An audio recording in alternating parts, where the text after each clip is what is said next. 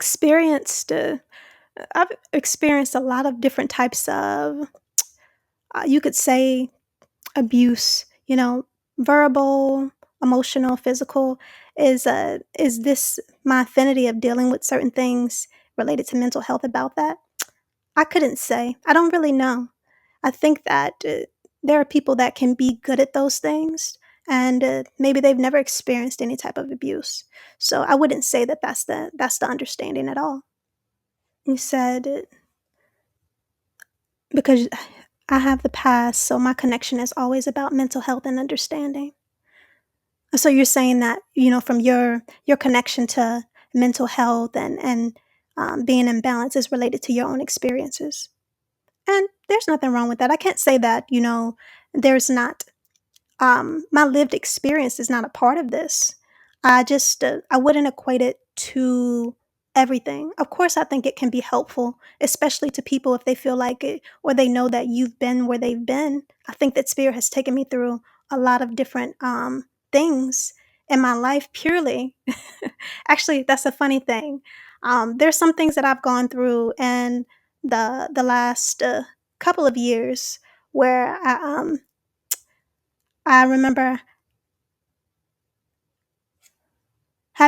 I remember, having a conversation with spirit about wanting to be of assistance, and it took me to places and, in situations that I never would have found thought I would have found myself in, and it was like, "Well, you need to go to these places if you're wanting to assist people, you're wanting to help people, you want to be there for my people, then you have to experience these environments because these are my people, this is where they are, this is what they've experienced, and I want you to be able to, connect and know who my people are."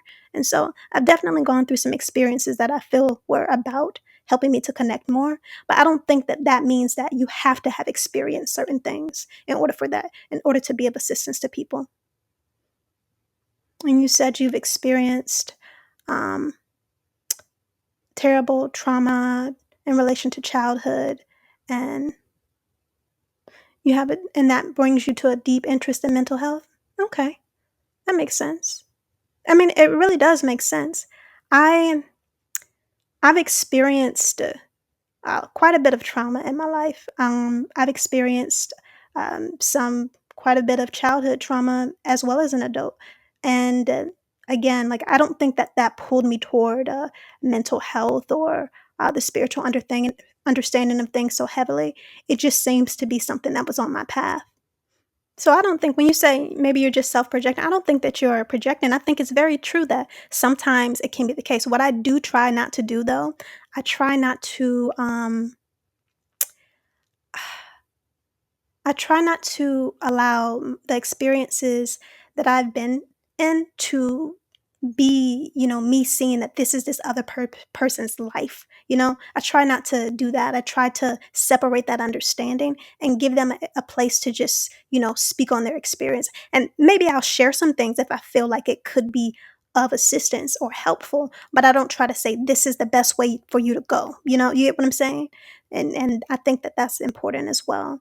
It's maybe I've been through some things that can help me recognize and understand your situation better.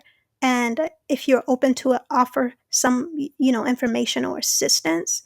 But that doesn't mean that my lived experience is, going to, or the way that I've gotten through my lived experience, the tools that I used are necessarily the same thing for you.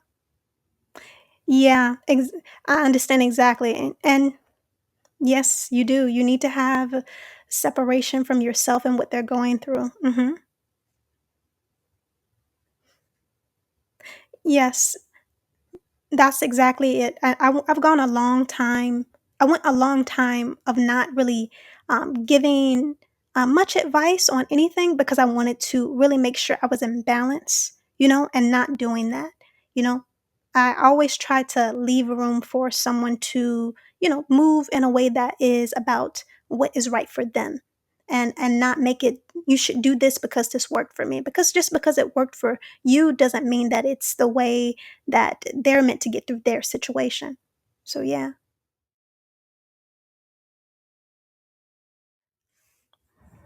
I am I don't know if I'm confident.